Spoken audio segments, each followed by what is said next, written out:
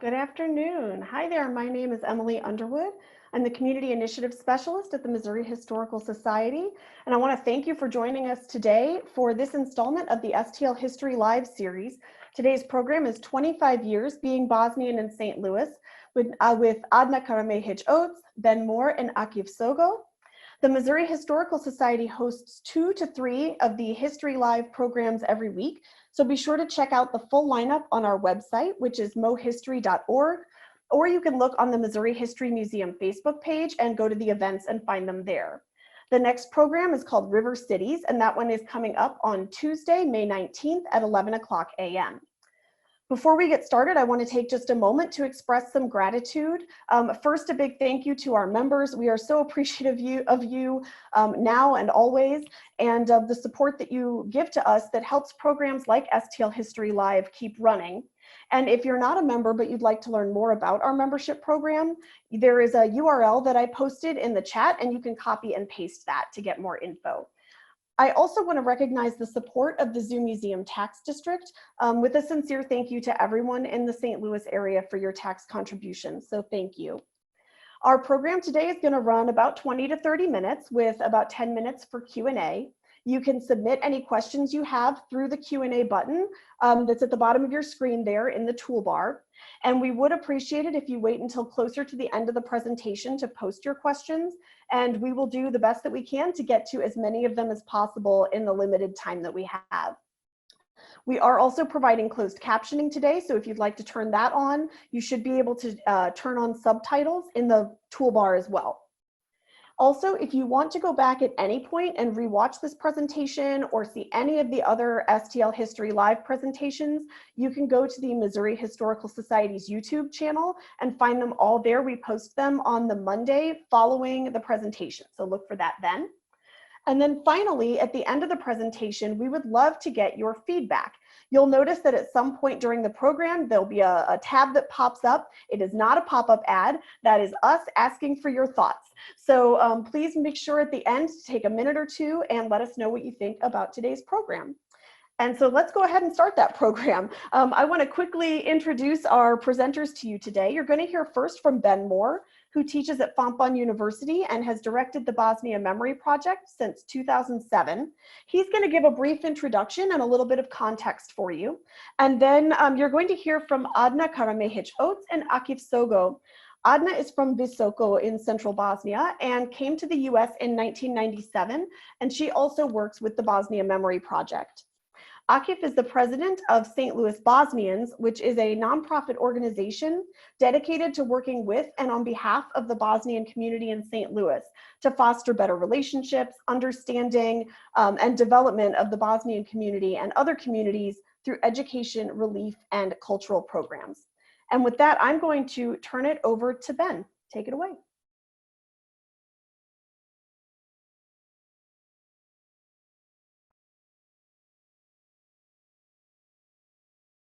Of sharing my screen here to get things going with the PowerPoint, so bear with me for just a minute.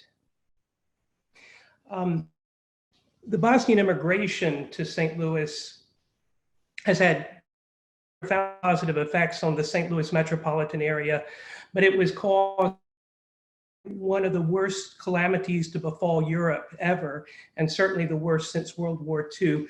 Between 1992 and 1995, as Yugoslavia was dissolving into its constituent states, nationalist militants sought to ethnically cleanse parts of the newly independent Bosnia-Herzegovina, starting a genocidal war that would last almost 4 years. In the north and west of Bosnia, Serbian extremists sought to expel non-Serbs so that land could be claimed for Slobodan Milosevic's Greater Serbia. And in the south and east, Croat extremists sought to expel non-Croat Bosnians and claim territory for Croatia. News correspondents in the US and elsewhere reported on the mass expulsions, the concentration and killing camps, and the deliberate destruction of a rich multi-ethnic heritage that historically was Bosnia. The world stood by as tens of thousands of people, most of them Bosnian Muslims, were murdered. Some 50,000 women and girls were systematically raped, and more than 1 million Bosnians were displaced from their homes, of them permanently. Today, St. Louis is home to more people born in Bosnia and Herzegovina than any other city outside of Bosnia.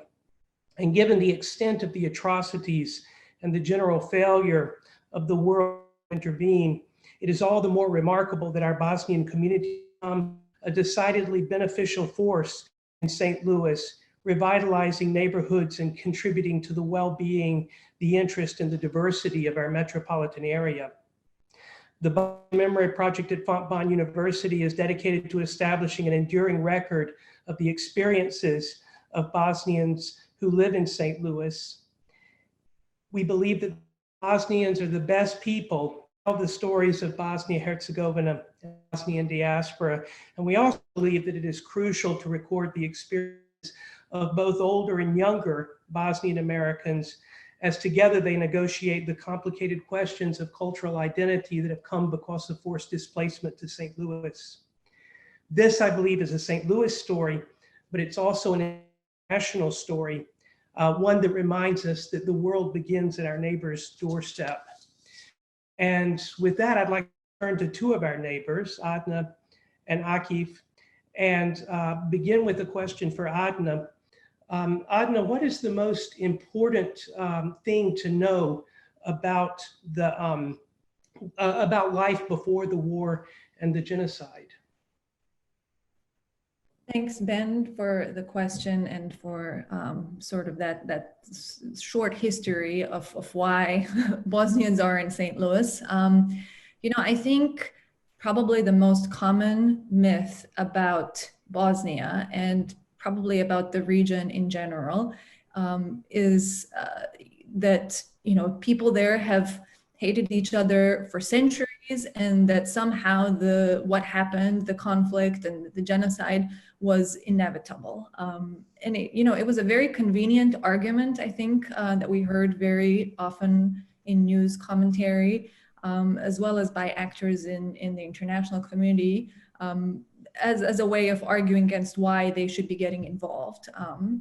But the reality, as you referenced, is much more different.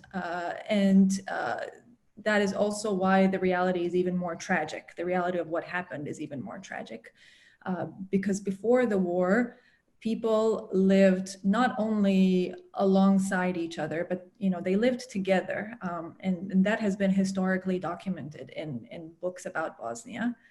So if you didn't have a family member that was from a different ethnicity, you most definitely had neighbors who were, friends who were, coworkers who were, and so on.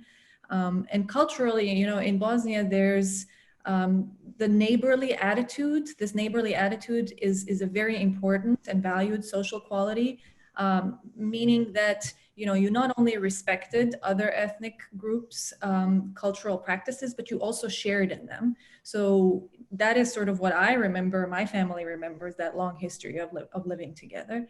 I don't want to say that grievances, didn't exist, but they could have remained just that. They could have remained just political differences had it not been, for the way that the leadership in Serbia at the time exploited the disintegration of Yugoslavia. Akif, do you have anything to add?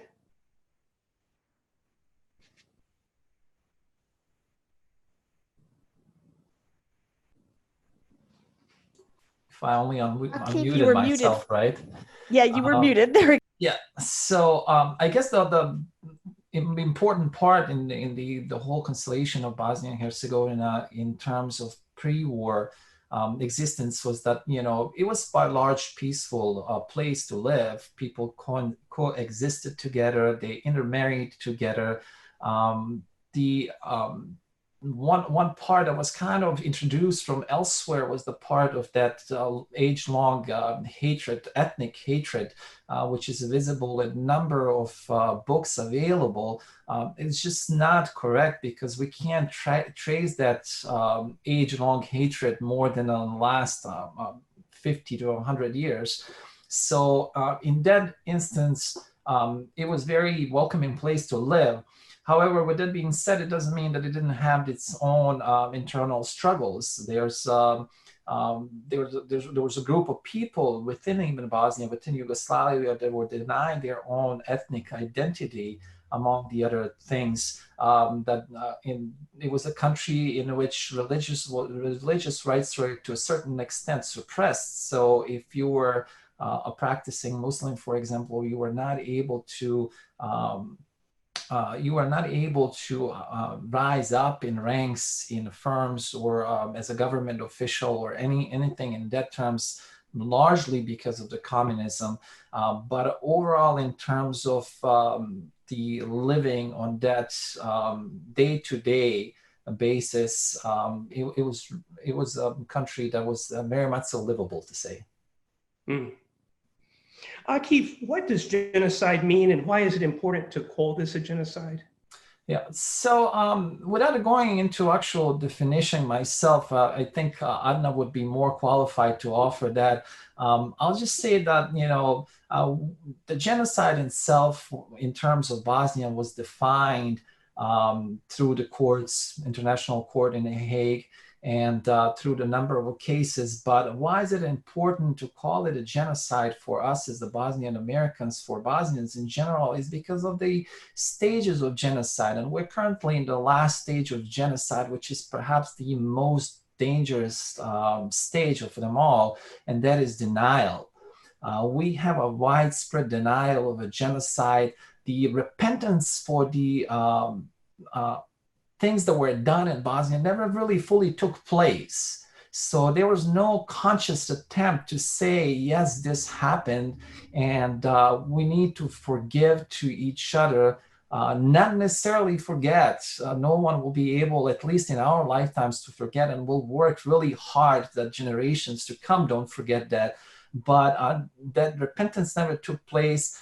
Instead of that, we have a widespread denial of the genocide, that it ever happened, that any atrocities ever occurred, even though it was probably one of the most well-documented case of ethnic cleansing, genocide, mass rapes, murders that ever happened perhaps in the world. Because of those things, I think the importance is, we can't even measure the importance of why we need to basically call it a genocide and cement it as such in the history books. Adna, do you have anything to add? Yes, I mean, I wholeheartedly agree with Akif's, explanation of why it's important. In terms of, the definition, of course, I'm sure people have seen in newspapers, sort of, there's so many sort of cases that are in our present day. Unfortunately, we see it happening. But genocide, is really represents this intentional action to destroy a people that are defined, in an ethnic or racial basis. So it represents the systematic effort. And Akif referenced The Hague, where this, in the context of Bosnia, started becoming defined. The Hague is the International Criminal Tribunal for the former Yugoslavia, a UN court that was established in the very early years of the conflict in Bosnia to investigate the serious crimes and violations of human rights that were happening. And I should say, the researchers that were going into Bosnia, probably in the first 1 or 2 months in the war, these are human rights experts, were coming back, and this is in documentation, we're already reporting and using the word genocide in those very first few months, because it was very clear what was happening on the ground. And as Akif said, then the tribunal later confirmed all of this in court judgments, and so on. So we have this documentation, this historical evidence, but 25 years later, there's still not the accountability and responsibility taken by perpetrators, as well as Serbia, I think, itself. Thank you. I'd like to turn our attention to the community here in St. Louis and ask you, Adna, what are the key characteristics of St. Louis's Bosnian community today? So I think, in terms of numbers, it's always difficult to give an exact number. It depends on how you count, who you count, and so on. But the estimate that we most often hear is around 60,000 individuals who are of Bosnian origin. And that represents the original migration, meaning people who came directly from Bosnia and the region as refugees. But it also represents a secondary or chain migration of Bosnians who were resettled into other places in the United States, but then came to St. Louis because they had friends or family that they wanted to be close to. So that 60,000 represents both of those groups. And when the Bosnian community first came to St. Louis, they settled in the Bevo Mill neighborhood and really revitalized it by renovating their properties, but also very importantly, opening up businesses. So today, if you drive through the neighborhood, you'll find Bosnian-owned businesses such as bakeries and travel agencies and trucking businesses and insurance companies, among many others. And since that original settlement around Bevo Mill, Bosnians have kind of started expanding in St. Louis geographically. They've begun buying both residential and commercial property in South County. You'll find a lot of children of Bosnian families attending schools in the Melville and Oakville districts, for example. And then there are also mosques, the Muslim places of worship that were established by the Bosnian community in both the city and South County. And I should just add that even though we've had this geographical dispersal of the community, it's still very much an interdependent community where, if you need something, whether it's, somebody to work on your car or, somebody to help you with something in your house, it's very common to call up your Bosnian colleague and get some recommendations, and somebody will be at your house within a couple of hours. And that's a great thing. I'm all for that with the Bosnian community. Mm-hmm. Akif, Yeah. I know that probably no one has their finger on the pulse of the Bosnian community more than you do. So I'd be interested to hear what you have to say about the current state of the community. Yeah, I think we're right now in the stages of renaissance of our community, so to say. Very successful community in terms of someone that went through the war 25 years ago or so, came here by large part with little to no financial means, and then over the last 25 years or so established themselves fully within the St. Louis community. As not Adna mentioned, numbers are, we don't have necessarily a good way of counting numbers for our community. We're hoping that will improve somewhat with the latest census, and that we'll be able to have a better picture of our community in terms of that. But in terms of community at large, as of right now, one aspect that might not be as known to people outside of the community is that we are, even within our community, very diverse. So the folks that are living here, they're coming from all parts of Bosnia and Herzegovina, and many of us, including myself, that were not exposed to individuals from other parts of Bosnia and Herzegovina. It was a cultural shock within a cultural shock as we were first establishing ourselves here, from the linguistics to even some aspect of the cultures that are just kind of, that were kind of new to me. As I'm sure the things, the way I was doing the things was probably new to others as well. But yes, right now we're primarily located in South County. We are communities really spreading down from South County to Jefferson County. We do have pockets in Columbia, Missouri, as well as in Kansas City. So a Bosnian American community that was once in St. Louis, primarily in St. Louis City, it's now everywhere else but in the city. I think our lowest numbers are currently in the city, and we have quite a large communities throughout the county and other counties in Missouri. Thank you. You know, we're coming up, of course, on the 25th anniversary of the end of the war and the genocide with the signing of the Dayton Agreement in November of 1995. And that also means we have a generation now that has lived most of its life, or in some cases, all of its life in St. Louis. So I'd like to ask Akif, what does the future look like for St. Louis's Bosnians? I'm usually a positive person, so I have to give it a positive spin. I think it's a very bright future. There are two parts to that. One is in old immigration or old immigrations, the process of assimilation was much faster than what we are facing right now. Partially because we live in an age of technology.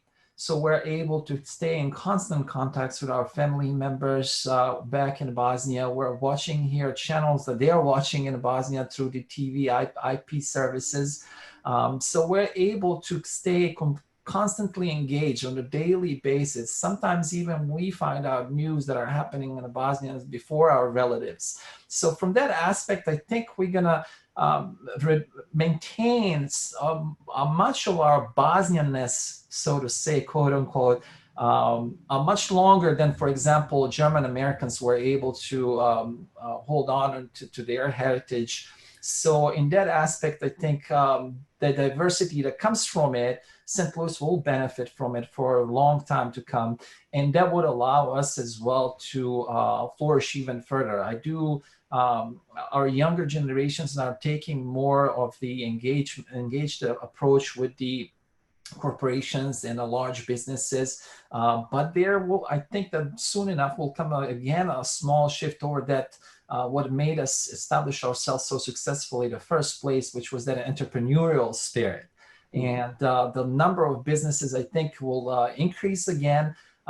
Even further, I think the kind of the businesses that we will be seeing in the Bosnian community will change predominantly because I think our community will start turning around toward manufacturing, toward production, rather than just primarily service-based businesses. So I think to a certain extent, we'll still continue to grow as a community.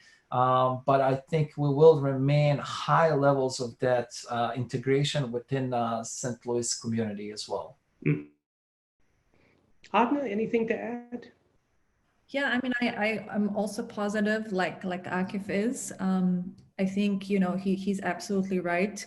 I think it's very much the case that nowadays you are very likely to find Bosnians working in, you know, all kinds of industries in St. Louis at all skill levels, and the longer they've been in St. Louis, the more that is the case. So they're really, you know, they're growing and strengthening, you know, their roots in St. Louis. And clearly that means, you know, that is where they're going to stay as well. And they'll be an integral part of St. Louis's sort of diverse population. At the same time, and, you know, looking from the role of the Bosnia Memory Project and what it's trying to do, I think it's very important to keep that younger generation engaged with their past and their history as much as possible. The sort of the internet age and being able to follow all the news, as Akif said, is very important to that.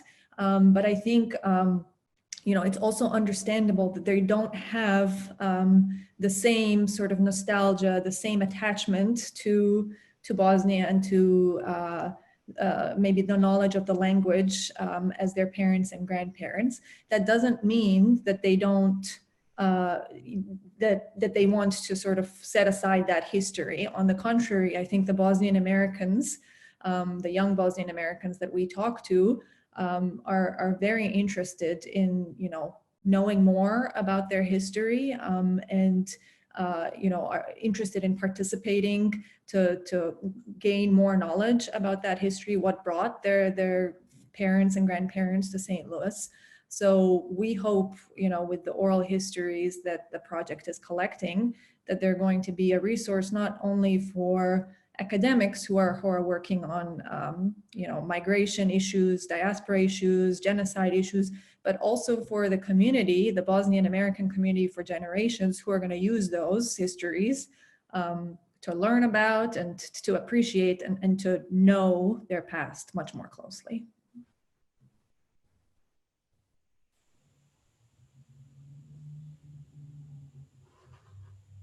I'm going to hop in because I think Ben is having a little bit of technical difficulties on his end, but we'll go ahead and get into some of the questions that are being asked. So somebody asked if children are encouraged to learn the Bosnian language. Yeah, if you don't mind. Yeah, absolutely. Kids are encouraged to learn the Bosnian language. Now, the way that that's happening, it's again fairly unique, I guess, in a sense to immigrant refugee communities. Primarily caretakers of the kids in the early ages of their life, basically first few years of their lives, are most likely grandparents in the family. So through them, they learn those, they establish their base of the Bosnian language that later on it gets watered down over time as they enter the school systems, and the English is becoming their first language. But what we've seen with working with kids over time is that, from maybe since they start talking to about 5, 6 years old, Bosnian is almost predominantly primary language that they're speaking. Once when they start kindergarten, school, English is taking over, just for them to return back to Bosnian in their teenage years. So once when they're 14, 15 years old, they start reading more about Bosnian, they start engaging more in Bosnian language, and they're starting developing their Bosnian language skills. So it's a very unique process that I followed over the last close to 2 decades that I've been here through different nonprofits. And it's quite remarkable because at the beginning stages of our community, we did have cases where parents were not necessarily versed enough in English to have full conversations, but kids were not versed enough in Bosnians to hold the conversations, so they couldn't necessarily understand each other in the households. So, but we've long past that point now, and I think the kids are encouraged as well through the media. So I just had a friend who subscribed to Bosnian IPTV, so his kids could watch Bosnian channels, channels that are specifically, or programming that was specifically made for kids. So those are the types of tools that the people are utilizing to encourage their kids to learn. Anna, do you want to add anything to that? Or No, I mean, I completely concur, because I use the same thing with my children who are bilingual, or we're doing our best to make them bilingual. I make them watch Bosnian cartoons, to help them learn the Bosnian language. So.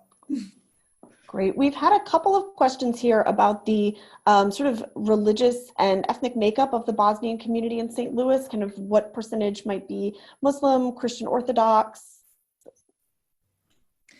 I can take that one, and Akif, you can add anything that I miss. So, within Bosnia itself, we have definitely sort of a multi-religious mix. We have, Bosnian Muslims. We have Catholic Croats and Orthodox Serbs, as well as a Jewish population as well. And of course, those who are, don't choose to identify in any sort of religious way. So that's within Bosnia, that's sort of the mix. But in terms of St. Louis, I think it's because of the nature of what happened, the ethnic cleansing and genocide being sort of targeted towards the Bosnian Muslim population, that within St. Louis, the majority tends to be Bosnian Muslim, though there are others from the other religious groups as well, but the majority is Bosnian Muslim. Yes, absolutely. So predominantly Muslim population here in the St. Louis region. We are having a little bit of a difficulties in terms of determining number of other religious groups in St. Louis, primarily because we don't necessarily have, let's say, Bosnian Catholic Church or Bosnian Orthodox Church in St. Louis. We do have a Croatian Catholic Church and the Serbian Orthodox Church, and a lot of individuals that are coming from Bosnia are associating with those churches, and they don't necessarily disclose that they are from Bosnia. So unless you have somehow some sort of insight into documentation or whatever else it might be, it's very difficult to determine those numbers, but predominantly it's Bosnian Muslims. I think this might get to that point as well, but somebody is asking about, perhaps Akif, if you could expand on what you were speaking about earlier about some of the cultural diversity within the Bosnian community.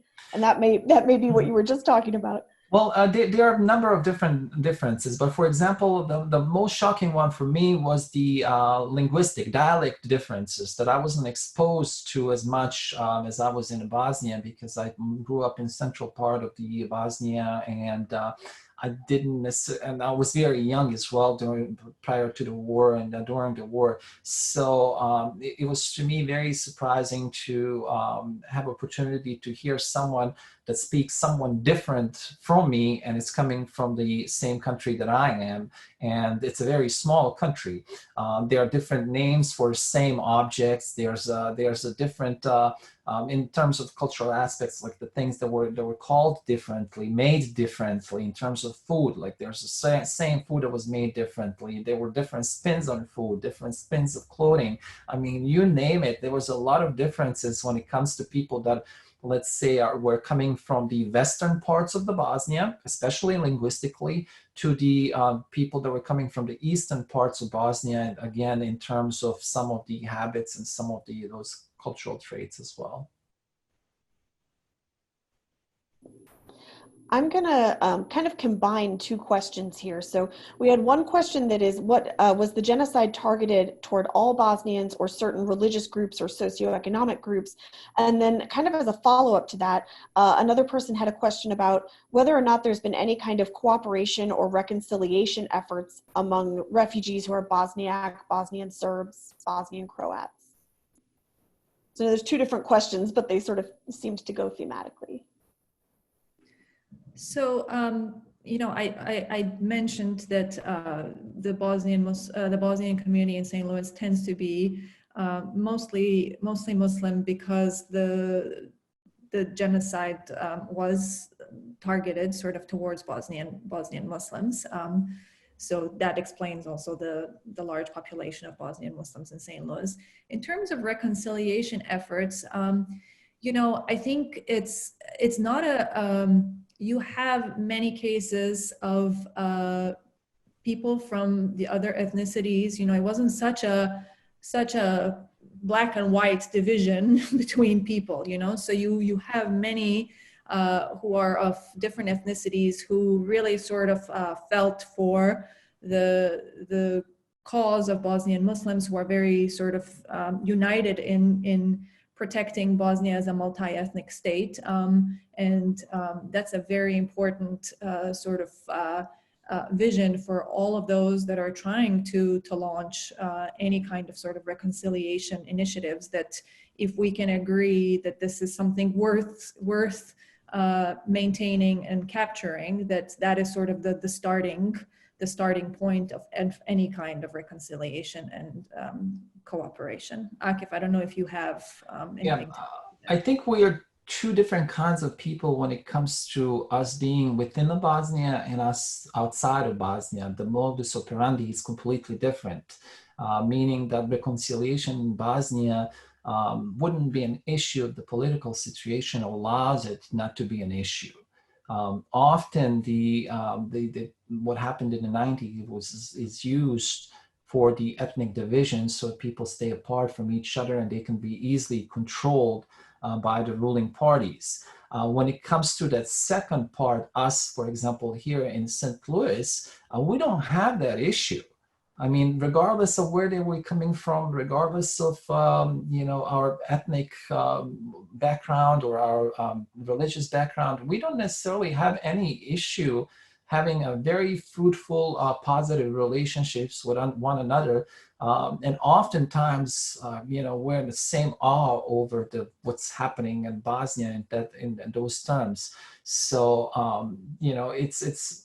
it's very difficult, I guess, to say from this perspective where we have much better lives than what they have over there. About reconciliation, because it feels like we don't need it here, but yet it's so much so needed over there.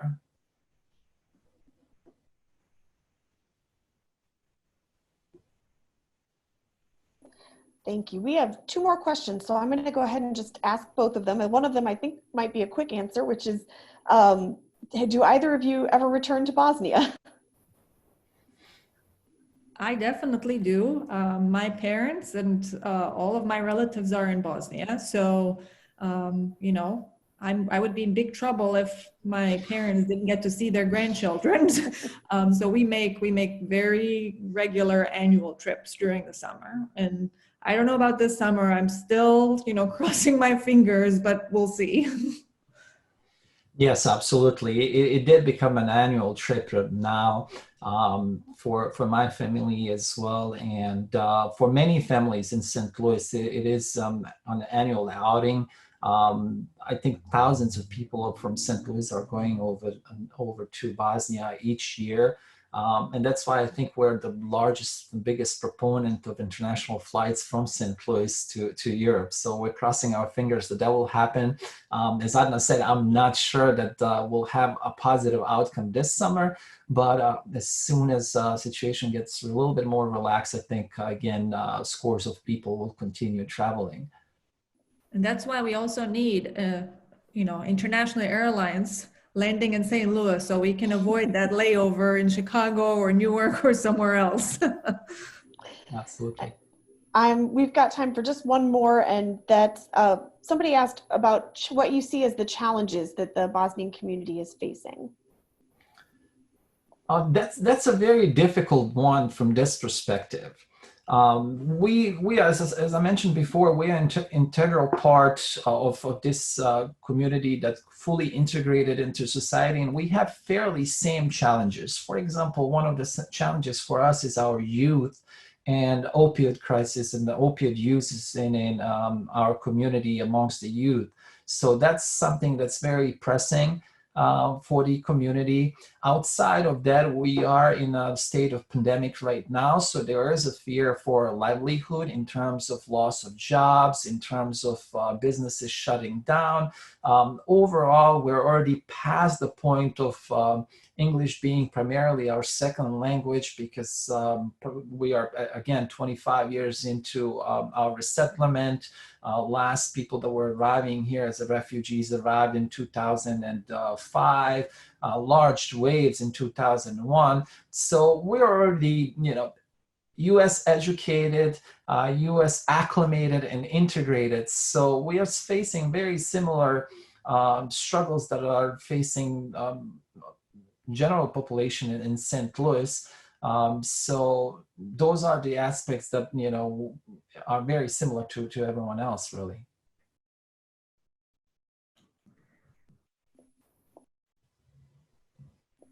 Adna, did you want to add anything to that? Or Ben, since you're back? One question and issue is, what is the relationship going to be between this community in St. Louis and the homeland in Bosnia-Herzegovina? And to what extent will people within this community, especially among the younger generation, remain knowledgeable about and to some extent culturally tied to the homeland? It's interesting to hear about the experiences of people who return. And sometimes those experiences are just wonderful as they discover something about themselves that they did not know before. And in other cases, they are perhaps a little bit more complicated. They don't feel like they fully belong in the place that is really their ancestral homeland. And it's going to be a very interesting question to watch over the next 20 years as the relationship between this community and Bosnia evolves. Adna, do you want to add anything before we go? No, I would wholeheartedly agree with Akif's, focus on the younger generation, sort of from the opioid abuse, and again from Ben's perspective, with identity, addressing identity. I want to maybe shift it to the older generation. I think it is an aging population. Many of them have come with experiences from the conflicts that they have never, really sort of addressed. Mental sort of health and issues are generally considered to be a stigma, I think, in Bosnia, unfortunately. There hasn't been sort of a culture of dealing with those issues. So I think, it's a challenge. It's been a challenge. It's an ongoing challenge within the community to address those and face up to them in the right ways that will help those people as well. Thank you so much. I'm going to quickly share a final slide here so everybody can see what our next, here we go. You can see our next presentations coming up. As I mentioned, River Cities on May 19th. I want to say thank you again to Adna and Akif and Ben. I'm sorry we lost you temporarily, but we appreciate all of you being here today and sharing your perspectives with us. Thanks to our captioner, Heidi. And also, of course, thanks to all of you for watching. Don't forget to look for that survey I mentioned that'll be hopefully have popped up in a tab for you. As I said, your feedback is always really important to us. So we appreciate that and thank you in advance for letting us know your thoughts. And hope we see you again next week. Thank you so much. Thank you. Thank you, Emily. Thank you. Thank you.